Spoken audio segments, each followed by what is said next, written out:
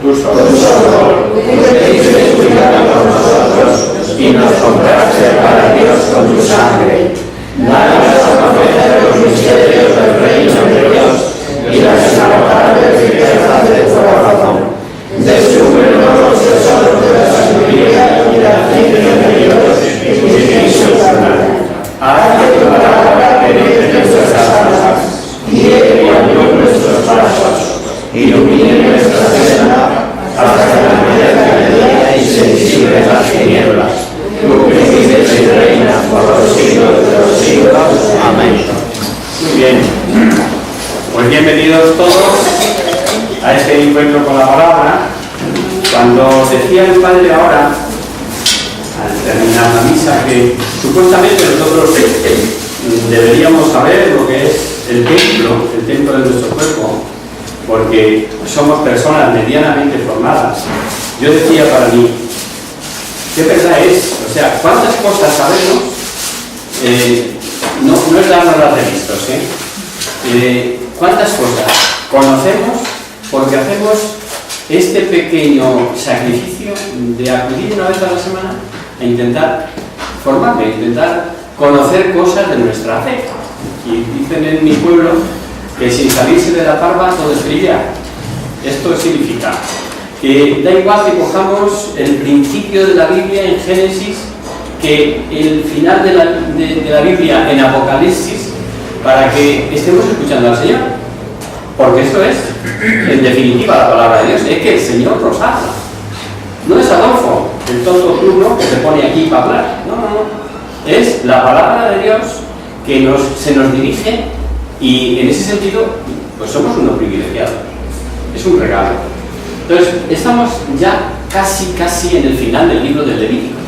No es el ritmo del curso, ya lo digo otras veces, que yo quería conseguir, pero pienso que tampoco se trata de abarcar mucho, sino que lo que veamos, lo que vayamos viendo, lo veamos en detalle, en profundidad, a pesar de los grandes saltos que vamos dando en este curso nuestro de la historia de la salvación. Nos quedamos el último día diciendo que en este libro, también en el Levítico, vemos aumentadas las fiestas que el pueblo debía guardar ofreciendo sacrificios y descansando el sábado. Hay todo un calendario litúrgico popular, conocido de todos los hebreos, solemnidades que veremos repetidas en varios libros, que son el sábado, la Pascua, la expiación, Pentecostés y tabernáculos. El sábado sabemos que era pues como nuestro domingo. Como todos sabemos, el sábado, día del Señor, pasó a nuestro domingo por ser el día en que resucitó nuestro Señor Jesucristo. El día del triunfo sobre el pecado y sobre la muerte. Pero la razón que daba Jesucristo para pedir que el sábado era día de descanso sí que nos interesa, porque sigue siendo razón válida para nuestro domingo. No haréis en él trabajo alguno, pues es el descanso consagrado a Yahvé donde quiera que habites. Eso decía el Antiguo Testamento. O sea, descanso por estar consagrado a Dios. ¿Quién lo diría?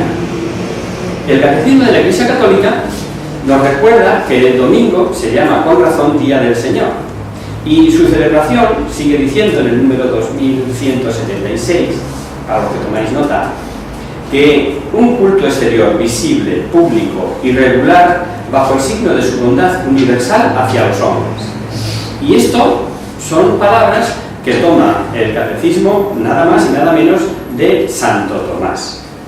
Pues este culto hoy se reduce a algunos a estar 40 minutos el domingo esperando a partir del 35 que el sacerdote acabe para salir danzando donde quiera que sea, incluso pues vestidos con ropas deportivas o como quiera que sea, pero no acordándose ya más del Señor en todo el día.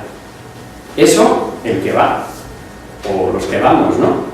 Lo cual nos hace pensar qué lejos estamos de que justamente tengo derecho a ese descanso porque el día ese está consagrado a Dios. Esta es la gran diferencia, la gran matización. Cuidado, no nos confunda. Sabemos, porque lo dijo Jesucristo y lo hemos comentado varias veces, que no es el hombre para el sábado, sino el sábado para el hombre. Pero se entiende, ¿verdad? El día del Señor se merece algo más que esos 40 minutos de estar, no participar, en la Eucaristía dominical. Algo más. El pueblo judío celebraba como día sagrado al Señor el sábado. Los cristianos, inmediatamente después de la resurrección de Jesús, se considera como día del Señor el domingo, también llamado primer día de la semana. Era lo natural, era el día en que quedaba de manifiesto el triunfo de la vida sobre la muerte, como os decía. Por eso los evangelistas tienen tanto interés en señalar tal día, el domingo, para ellos el llamado primer día de la semana. Y cuando Juan nos narra la ida al sepulcro vacío de María Magdalena, nos dirá: el día primero de la semana María Magdalena vino muy de madrugada, y que este día era el primero, era el domingo, está escrito. Leer Mateo 28:1. No perdáis Levítico, que estamos en el capítulo 20 y tantos. Pasado el sábado. Sí. Pasado el sábado, para alborear el primer día de la semana, María Magdalena y la otra. Correcto, hasta ahí. Pasado el sábado, al amanecer el primer día de la semana, luego está clarísimo, ¿no? Luego, si pasado el sábado era el primer día de la semana, el primer día de la semana es el domingo. ¿Por qué en nuestros calendarios, no en todos, suele estar el último en vez del primero? El lunes, pues porque es un calendario civil. Pero hay calendarios, y así se regula pues todo el mundo laboral, etcétera, ¿no? Dejando para el final el día del descanso. Pero eso no significa que no sea el primero en cuanto a importancia para los cristianos con relación a su ritmo. Aunque figure el último en nuestro calendario, es el primero, en ese sentido, en el sentido de importancia. De hecho, hay calendarios, sobre todo que son litúrgicos, que figuran en primer lugar, domingo, lunes, martes y el último sábado. Da igual, en ese aspecto, es a lo que me quiero referir. Vimos cómo los primeros cristianos se reunían el domingo para celebrar la Eucaristía. Y Pablo aprovechó para celebrarla con los cristianos de Tróade, y cuenta el libro de los Hechos. No sé si la leo yo. El primer día de la semana, estando nosotros reunidos para partir el pan, sabemos que así llamaban los cristianos a la Eucaristía, la fracción del pan. Por cierto, que ahí en ese capítulo habla de que prolongó su discurso durante toda la noche. Anda que si ahora el sacerdote empleara tanto tiempo, pues yo no sé. Bueno, de hecho, sabéis que ocurrió un incidente, ¿no? Que se cayó un chaval de una ventana que estaba ahí encaramado y que cascó, y de repente, bueno, pues San Pablo es un milagro manifiesto, ¿no? Le pide al Señor que devuelva la vida a aquel chaval, y echa sobre él. Si queréis leerlo, está en el capítulo 20 de Hechos, del 7 en adelante. Pero es a lo que iba, ¿no? La importancia de dedicar al día del Señor su día. Y por aprovechar la ocasión os diremos que este día, domingo, primero de la semana, el día de la resurrección, es cuando Pablo recomienda a los fieles de Corinto que hagan esa colecta para contribuir a la iglesia de Jerusalén, que andaba por entonces empobrecida. Nada más natural que sea el domingo, el día del Señor y para el Señor. Si estudiamos los evangelistas, la vida pública de Jesús, podríamos pensar que apenas duró un año, un curso escolar, que podríamos decir ahora, ¿no? Pero gracias a San Juan sabemos que dura más de 2, al menos 2 y pico, porque nos habla de 3 Pascuas, porque nos narra justamente estas, que es donde estábamos, que he hecho un paréntesis grande con lo del domingo, en lo de las celebraciones establecidas en el calendario judío. Y habla de primera Pascua, una segunda Pascua, y que bajó a Jerusalén la tercera Pascua, que es cuando ya lo prenden y muere y resucita, ¿no? Podemos leer Levítico 23:1.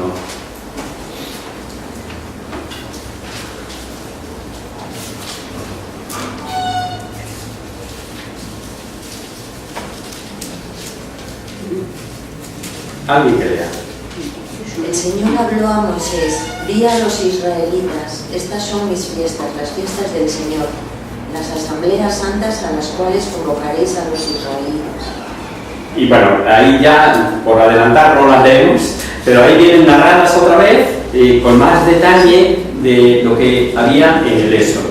Algunas, como las fiestas de las tiendas, nos añaden un carácter alegre de la fiesta, vinculándola a los recuerdos del desierto. Duraba 7 días y dice el texto que durante esos días tenían que habitar en cabañas. Dice el libro: para que sepan vuestros descendientes que yo hice habitar en tiendas a los hijos de Israel cuando los saqué de Egipto. Y nos ha recogido con un nuevo matiz el libro del Levítico, la fiesta de los tabernáculos, que se le llama también la de las tiendas. Leer 23-24 de Levítico. El Señor habló a Moisés: di a los israelitas, el 15 de este mes séptimo se celebrará durante 7 días la fiesta de los tabernáculos en honor del Señor. Fiesta importante, fiesta que celebraban el fin de la cosecha, la recolección de frutos.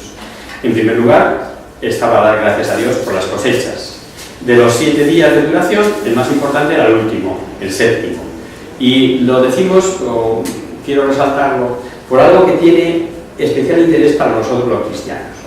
Porque fue en ese día cuando Jesús hizo la proclamación de una gran enseñanza, que los profesores de Salamanca, los comentaristas, dicen: la fe en Jesucristo vincula a los creyentes a la acción del Espíritu Santo. Lo recoge San Juan y nos advierte que era el último día, ese día de la solemnidad, y Jesús aprovecha lo que están viviendo, aprovecha los hechos concretos y para que profundicen en una enseñanza. El sacerdote sacaba agua de la fuente de Siloé, el coro cantaba ese verso de Isaías: sacaréis agua con gozo de las fuentes de la salud, etc. Y en ese precioso cuadro dice San Juan que Jesús fue cuando dijo esto. Buscar Juan 7:37.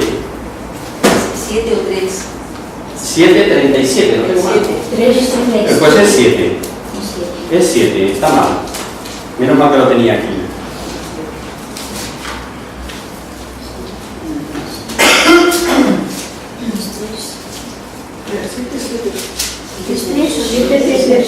¿7:37? A ver si es esa. El último día, el día grande de la fiesta, Sí. se detuvo Jesús y gritó diciendo: si alguno tiene sed, venga a mí y beba. Sigue. Al que cree en mí, según dice la Escritura, ríos de agua viva manarán de sus entrañas. Ríos de agua viva correrán en su seno.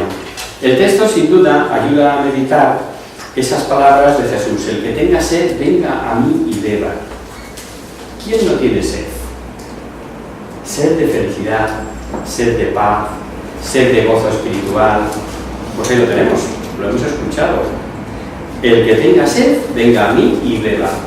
Y sin duda, también invitados los que andan sedientos de otras sedes, de fama, de poder, de dinero, sufriendo el desencanto continuo, aunque lo vayan consiguiendo, todo se queda abajo, todo se queda en un plano que no satisface el alma humana, porque como dice San Agustín: nos hiciste, Señor, para ti, y nuestro corazón estará inquieto hasta que descanse en ti. Todo nos parece poco, porque llevamos en nosotros semilla de eternidad. No penséis que eso de las cremas de rejuvenecimiento, ni el querer ser siempre joven y tal, nos viene ni de la publicidad ni de la natural. Viene de que Dios nos ha hecho así de bien, que es que queremos vivir siempre. Pero claro, vivimos luego de otra manera, que es lo que solemos confundir, o es el paso que no llegamos a dar. Pero aunque estamos comentando el Antiguo Testamento, si me he parado aquí en contar estas palabras de Jesús en aquella fiesta, es por lo que dice San Juan: esto dijo el Espíritu que habían de recibir los que creyeran en él. Pues aún no había sido dado el Espíritu, porque Jesús no había sido glorificado. Pero para nosotros sí, Jesús ya ha sido glorificado. Como decía también muy bien el Padre en la homilía, el templo mejor soy yo. Vamos, ni la Catedral de la Almudena ni San Pedro en el Vaticano, porque donde habita el Espíritu, donde el Señor ha querido morar es en nuestras almas. Es que tiene tela. O sea, si nos paráramos a pensarlo, de verdad, muchas veces no haríamos las cosas que hacemos, porque, y bueno, me voy a hacer yo primero, nunca respetamos el cuerpo hasta ese punto, nunca nos respetamos, físicamente hablando incluso, viéndonos como somos, templo del Espíritu Santo. O sea, esa extraordinaria gracia de recibir el Espíritu Santo, ese don inmenso que se nos da por la glorificación de Jesús, y sabemos que fue glorificado por su pasión, muerte y resurrección. Estamos en cuaresma. El que quiera, ahí tiene materia de meditación, ¿eh? Ya tenemos materia. Bueno, pues como ofrenda perpetua de las 12 tribus de Israel, ordenó Moisés que hubiese siempre, constantemente, 12 panes. Son lo que se conoce como los panes de la proposición, o de la cara, se le llama también, porque debían estar siempre ante Yahvé. Dice el Levítico, se colocarán en orden cada sábado en presencia continua ante Yahvé de parte de los hijos de Israel como alianza perpetua. Esta alianza tenemos contigo, aquí te la dejamos. Y la carta a los Hebreos, cuando relata el santuario de la antigua alianza, nos dice en él una primera instancia en que estaba el candelabro y la mesa y los panes de la proposición. Y estos panes, cuando se renovaban, ni se tiraban ni se echaban los animales. No podían ser comidos más que por los sacerdotes. Han estado en presencia de Yahvé, son ofrenda a Yahvé, es algo santo. En su día veremos, cuando lleguemos a la monarquía, cómo David, al verse con necesidad, él y sus soldados, comió de dichos panes. Y Jesús, naturalmente, lo da por bueno. Moisés, por orden de Yahvé, decretó también el año sabático. La tierra no tiene rudimentos, no tiene sentidos, pero Dios quiso que su pueblo comprendiese la importancia del precepto sabático, el descanso y la santificación del séptimo día, y por eso decretó este singular año, 25.3, no sé si lo tenemos ya, sí, ahí lo tenemos. He puesto varias, 25.3, 6 y 10. Leer primero del versículo 3. Durante 6 años sembrarás tu campo, podarás tu viña y vendimiarás sus frutos. ¿Sigo? Sí, sí. Pero el 7º año será año sabático para la tierra, en honor del Señor. Este año era como un largo sábado en honor a Yahvé. La tierra descansaba, sin ser arada ni sembrada, y lo que buenamente diera era lo único que podían tomar de ella. Y como lo deseado por Dios no era que pasasen hambre, sino que diesen la importancia de rendirle culto y tener presente su providencia, que él era el que hacía fértil la tierra, dice en el 6, 25.6. El descanso de la tierra os servirá de alimento a ti, a tu esclavo, suficiencia, a todo Cristo. Es decir, aún en el descanso de la tierra todavía encontraréis algo que comer. La tradición hebrea lo que interpreta y lo que realmente hace es combinar la ganadería con la agricultura, y en este año se pasaba otra vez a ser un poco más nómada, porque la tierra descansaba. Los que sois de tierra de campos como yo, pues sabéis lo que era el año de barbecho, y incluso lo que se llamaba la tierra la tercería. O sea que había tierras incluso en que se dejaba descansar 2 años, hasta el tercero no se sembraba. ¿Esto qué ocurre? Pues con los campos que son poco ricos en nutrientes, tienen poco carbono, entonces no tiene nada que ver pues con la tierra fértil de la delta del Nilo, del Egipto, de donde ellos procedían. Ahora están en la tierra desértica, entonces hay que descansar la tierra casi desde pura lógica agrícola para que podamos obtener frutos. Pero el Señor lo santifica, el Señor hace ver que los frutos los da Él y que la tierra le pertenece a Él. Vamos a volver sobre ese preocuparse de Dios de que no le falte. Porque una de las leyes que vamos a ver, ¿habéis oído hablar del tercer mundo? vosotros sabéis, igual que yo, que es cierto que en nuestro mundo, llamado civilizado, de hoy hay luces y sombras. Y ahora, en este momento, están, y lo sabemos, y no es hacer ninguna campaña ni poneros el corazón encogido, en este momento están muriendo miles de personas, particularmente seres inocentes, niños, por hambre. ¿Y os creéis de verdad que mañana seguirán muriendo porque mientras unos seres humanos no tienen ni para alimentarse, otros gozan o gozamos de rentas mayores? Unos más, otros menos. Yo me pongo entre los que tenemos, pero hay gente que lleva renta a 1 millón de euros diarios, y te parece que, joder, cuando lees esas cifras de los deportistas o de las grandes compañías o de la lista Forbes que ha salido estos días y que ahora el de Mango, ¿no? El Amancio Ortega, no, lo he dicho, resulta que ha bajado 3 puestos. Pobrecillo, ya no está en el ranking que estaba, ya es un poco menos rico de España. Pues es un poco menos rico que el año pasado.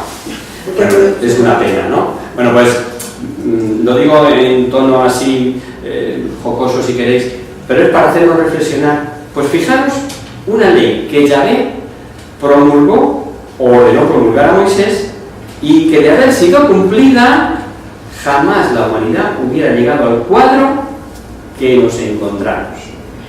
Con esta ley nunca se habría hablado de tercer mundo, ni de familias sin un palmo de tierra, ni etcétera, etcétera.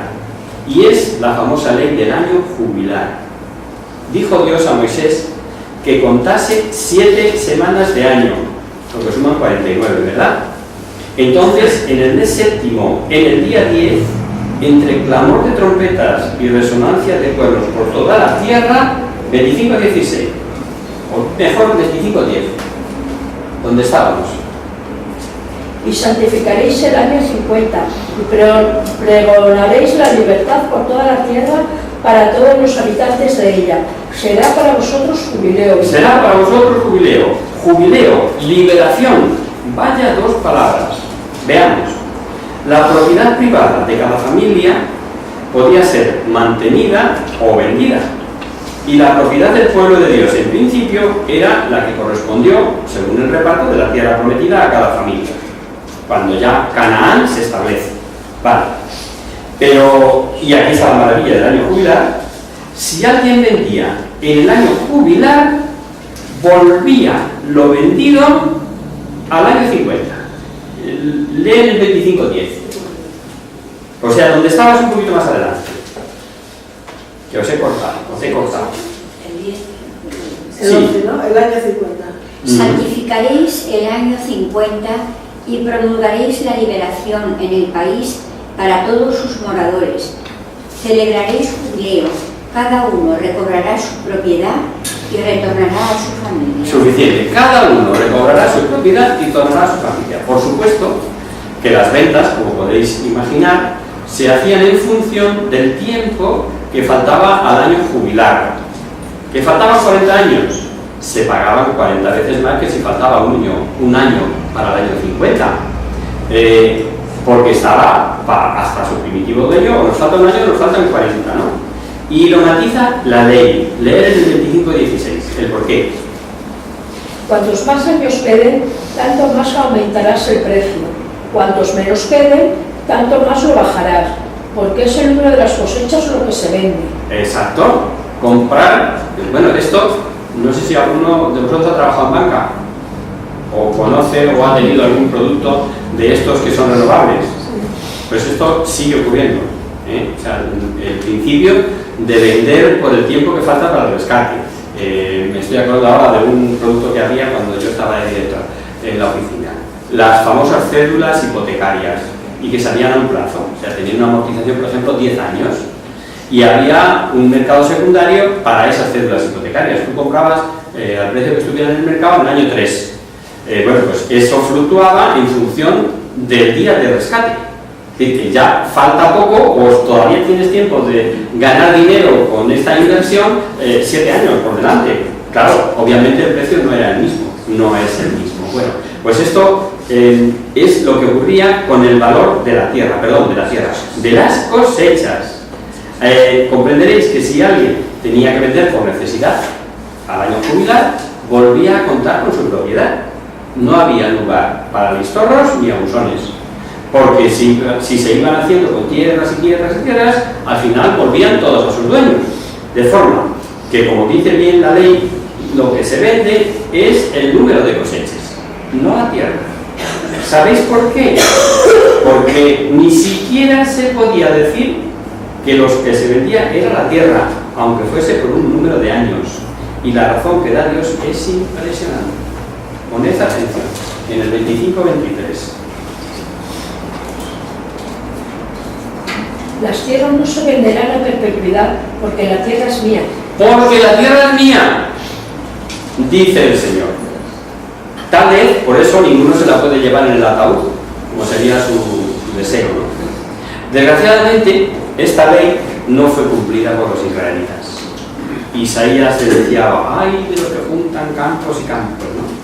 Y el profeta Miqueas hablaba de la codicia diciendo, codician campos y los roban, casas y se apoderan de ellas. Hemos de pensar que tanto el robo como el apoderarse era valiéndose de tan malas artes como de mucho poder. Aquí está el mal. Desde entonces hasta hoy. ¿Para qué se busca el poder? ¿Creéis que para servir? Ojalá. Puede que algún político haya, vamos a poner, no sé, el beneficio de la duda, pero desgraciadamente el poder va ligado al dinero. El poder va a tener más porque tengo oportunidad de conseguir más. Y es así, desgraciadamente, ¿no? Tampoco el año jubilar sembraba. Y como al igual que el sabático, cabía la pregunta de cómo se las iban a valer, puesto que no había cosechas, Dios les manifiesta que cuando la tierra produce, se debe a su providencia. Leed 25-21. Yo os mandaré mi bendición y el año sexto, y producirá frutos para 3 años. Exacto. El Señor habla de providencia. El año jubilar se celebraba cada 50 años, como hemos dicho, ¿no? Era el año de un número perfecto, 7 por 7 más 1. Aunque cada séptimo año sabático y el año jubilar eran sucesivos, no por eso, esto hay que estar conociendo las costumbres de la época, no se dejaban en blanco 2 cosechas de cereales, como parece al principio cuando lo lees, ¿no? Puesto que el año jubilar era también un año de barbecho, sino que solo se perdía una. El año sabático empezaba en la primavera, con la cosecha de lo sembrado el año anterior, y faltaba la cosecha que seguía al año de barbecho. En cambio, el año jubilar empezaba el día del perdón o de la expiación 7 meses después, es decir, que la cosecha del año sabático en curso coincidía con la cosecha de primavera del año jubilar. Esto por lo que se refiere al cereal. Más difícil resultaba con el tema de las frutas, con la cosecha de frutas, o uvas, o aceitunas, lo que no son cereales, ¿no? Porque tanto el año sabático como el jubilar, que empezaban 7 meses después, prohibían el cultivo de cereales, pero, o sea, de frutales, ¿no? El que uno de los 2 años no sea considerado año de barbecho y el alcance es mismo tal, bueno, pues resulta muy dudoso. Por otro lado, no tiene el mismo tratamiento, o digamos, es más fácil que un peral te dé peras, aunque no le haya saborado ese año, porque se reduce a eso, que un cereal si no lo siembras. Nos damos cuenta, ¿verdad? Pues bien, esto un poco por matizar el tema propio específico de la agricultura. Esta ley podía contar con un inconveniente. ¿Qué pasaba si uno vendía y antes del año jubilar se había muerto sin dejar descendencia?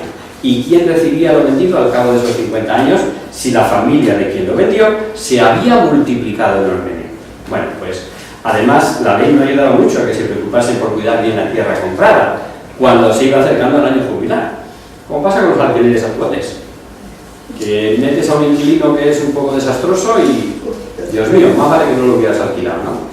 Eso me dice, yo no tengo alquileres. Pero bueno, es verdad que a veces resulta poner otra vez el piso como estaba más caro que la renta que ha podido tener del alquiler.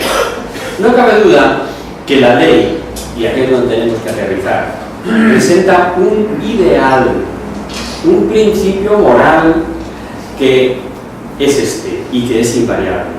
Los bienes deben considerarse no como propios, sino como Dios, como de Dios, y que Dios me los regala.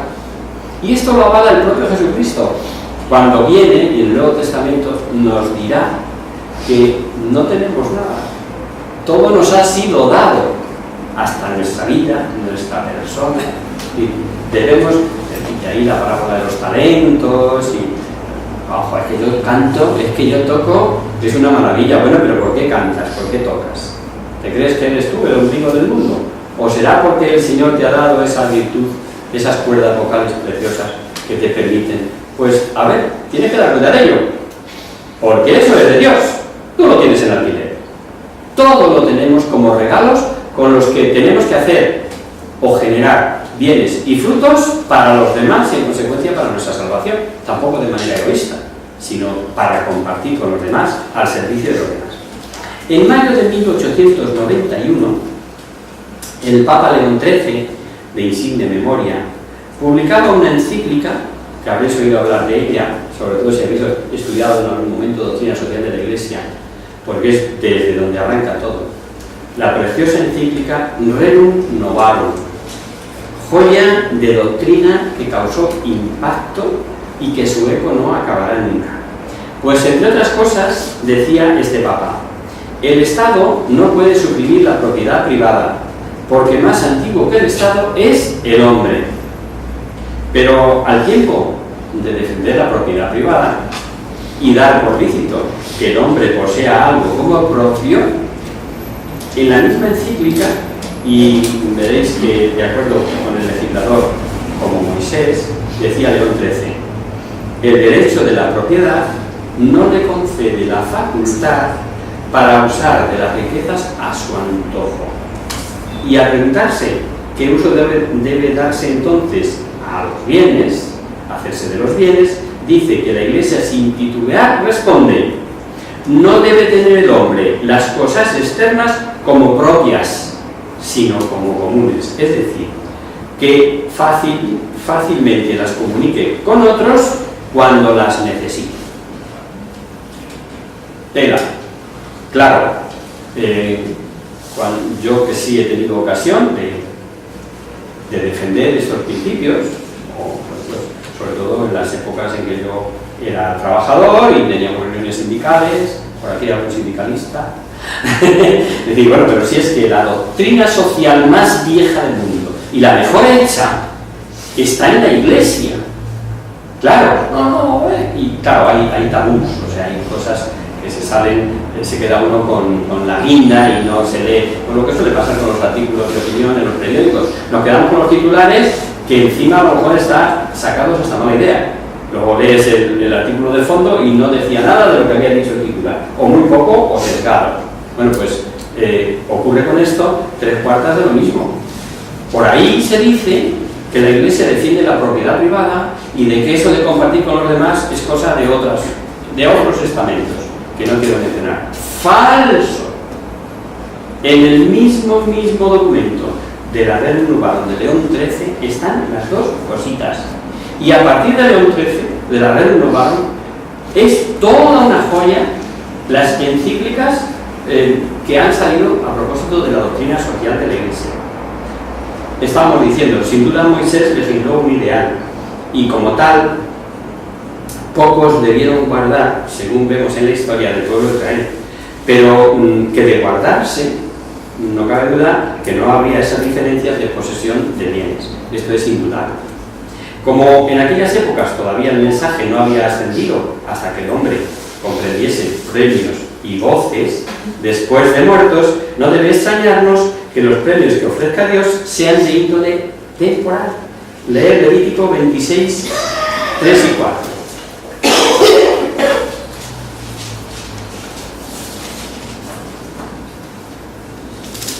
Si seguís mis leyes y guardáis mis mandamientos, poniéndolos en práctica, os daré a su debido tiempo la lluvia necesaria, La tierra producirá sus frutos, los árboles de los campos darán los suyos. Suficiente. De nada valdría ofrecer a un chaval de 3 años un cheque de valor si te obedece o si hace lo que quieres, pero sí te puede valer ofrecerle una chocolatina. Lo entendemos, ¿verdad? Pues este libro abarca épocas en las que el pueblo de Dios todavía es su cultura simple, burda, incapaz de apreciar bienes espirituales.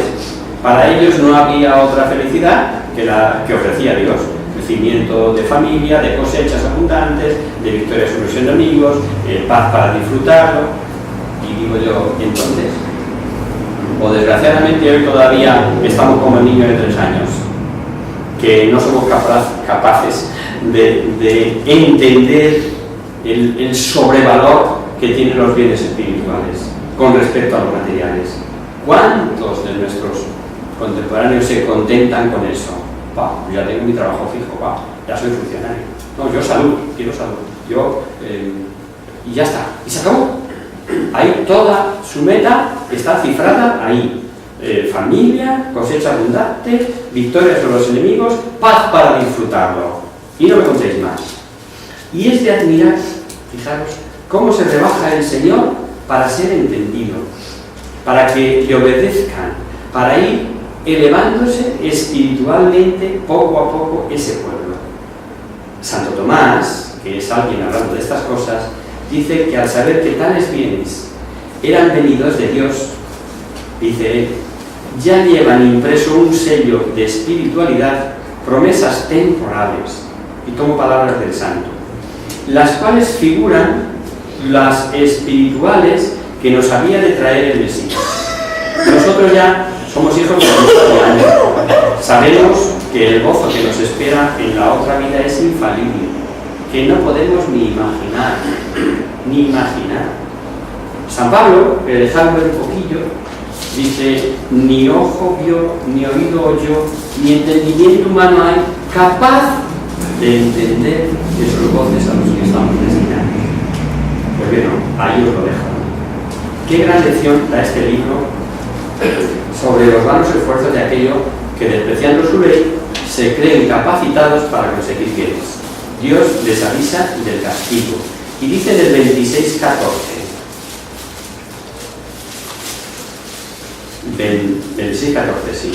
Pero si no me obedecéis y no ponéis por obra todos estos preceptos, si rechazáis mis leyes y detestáis mis mandatos, no poniendo por obra todos mis preceptos y rompiendo mi pacto, entonces yo os trataré así. Despacharé contra vosotros el espanto, la crisis y la fiebre. Pásate al 26. ¿Cómo? Al 26, pega un salto. Al 26. Cuando yo pedí 26.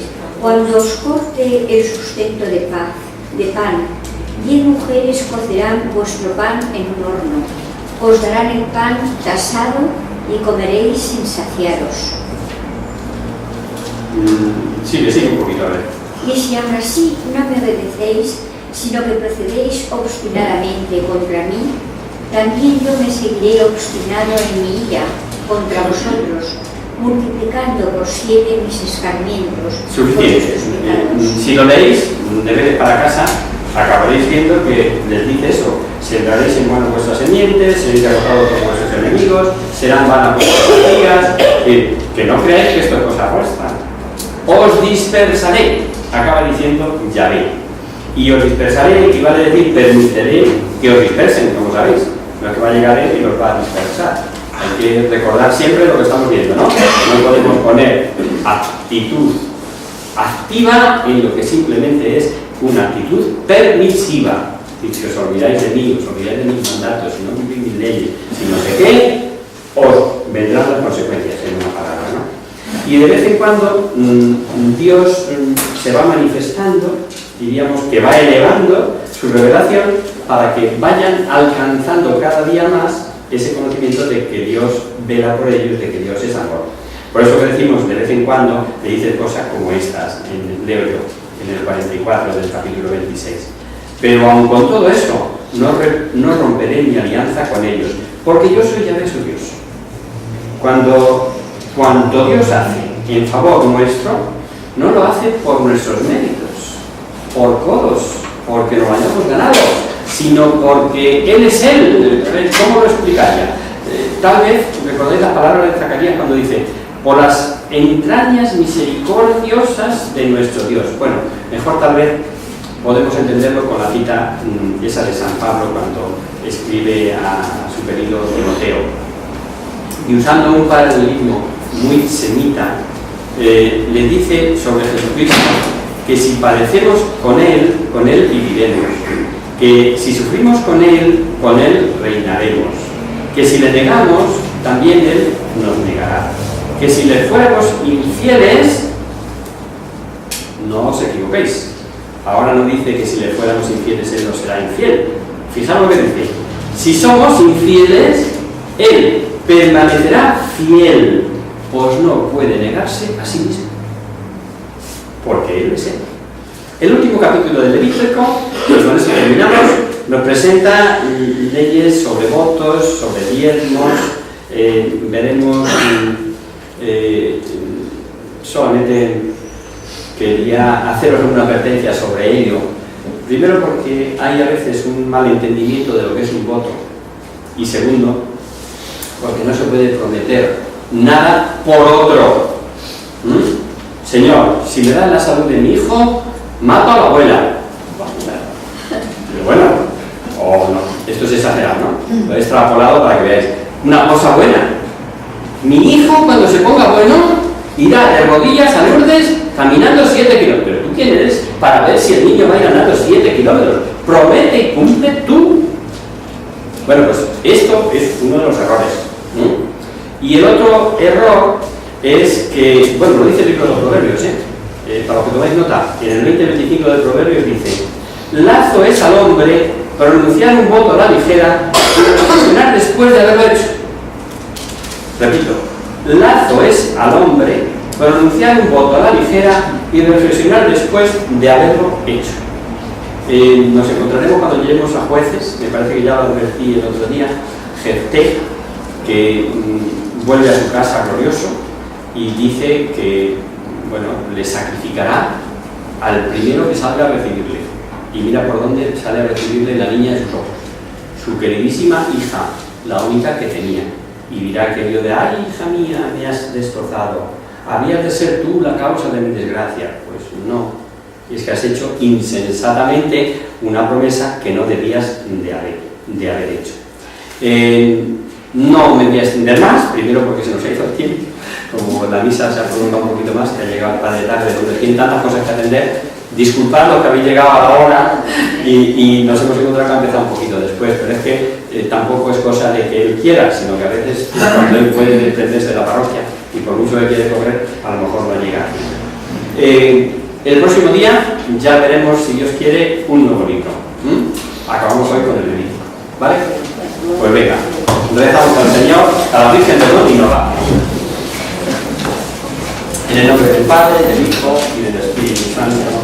Amén. En cuyo rostro se miran los santos y se contemplan los ángeles, haz que nosotros, tus hijos, nos parezcamos a ti, y que nuestras almas reciban tu rayo de esta llena, que no decae con los años, sino que vive en la eternidad. María, sobre el cielo, despierta tu la vida donde hay la muerte, ilumina los espíritus y que hay en tinieblas, reflejándote en el rostro de tus hijos, concédenos un destello de tu luz y de fuego. María, poderosa como un ejército, concede a nuestras vidas la victoria. Somos alegres y nuestros enemigos se sobreviven a nuestras aguas, mas tu bandera nos sentimos seguros de vencerlo. Él conoce el poder de tu bien y te tiene la majestad y la verdad. Sálvanos, María, bella como la luna,